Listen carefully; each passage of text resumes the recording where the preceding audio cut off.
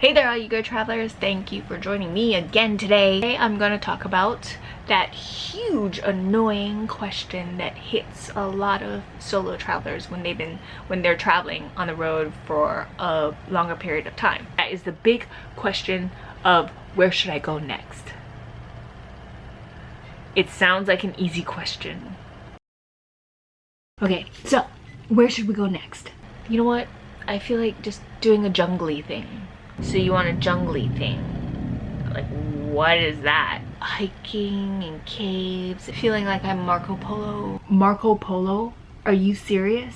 You've got to give me more than that. We've got to work here. We've got to work fast. Okay, that's maybe Bali, Borneo, Philippines, parts of Thailand, Laos. No, I don't feel like going to Laos. Well, what about Vietnam? There's, you know, the mountains in Vietnam. AirAsia has a sale on flights to Vietnam right now. Maybe we should see what we can do there. What do you feel like doing? I feel like going to some place I haven't gone before. I know that it could be anywhere. What do you want? You know, if I knew what I want, I wouldn't be thinking about it. Okay, we're definitely lost then. We're lost, great. What are we gonna do? Because we're just hanging out here until we figure this thing out. I've met other travelers who've been overwhelmed by the whole idea of decision making. A lot of solo travelers go through this, especially when you're traveling, when you're on the road for a long time and you don't have anyone to bounce off ideas with. You're just kind of like yourself alone. And you have to plan your trip or your next leap. And that's one of the difficulties, I think.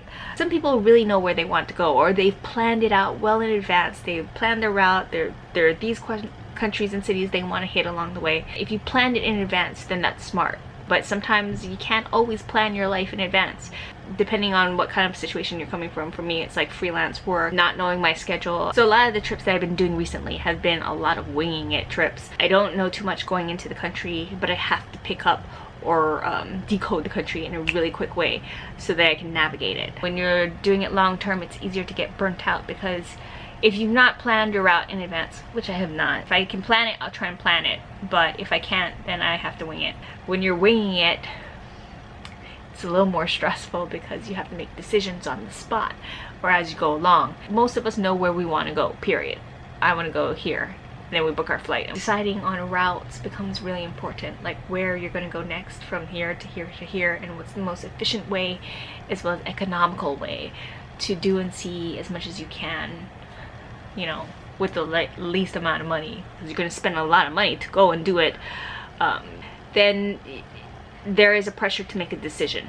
When you're already in a country and you've got neighboring countries around you that are equally exotic, the question of where next is huge. That's like opening a can of worms. It's as big as saying, who are you? What do you want to do with your life? You know, and where are you going to go next?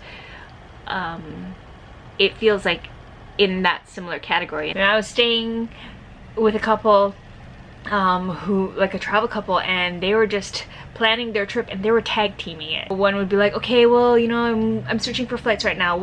How does Italy sound for you as a stopover? They're just bouncing back and forth, and one person had accommodations, the other one was, you know, booking flights, and they're going to go to this spot, and how are they going to, you know, plan their route to getting there? What's the best layovers and what's the best prices? And it was moving fast. Here I was planning my trip as well. I was staring at my computer screen thinking, where the fuck am I going to go next? That's how I think. Yes, I think in curse words. If you're single, you have to make decisions on your own. If you have a partner, well, you have to make decisions that are weighed between the both of you. If you're a family, well, you have to make decisions based on the greater good of the family. They kind of have parameters, but when you're a solo traveler, the only thing you have to be concerned about is budget and what you want to do.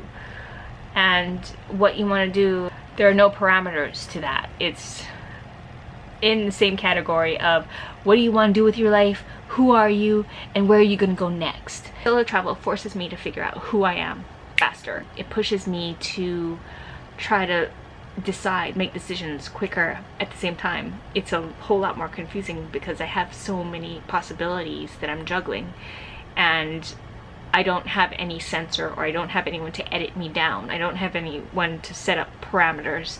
And so it's just like, oh, I can go here and I could go here and I could go here.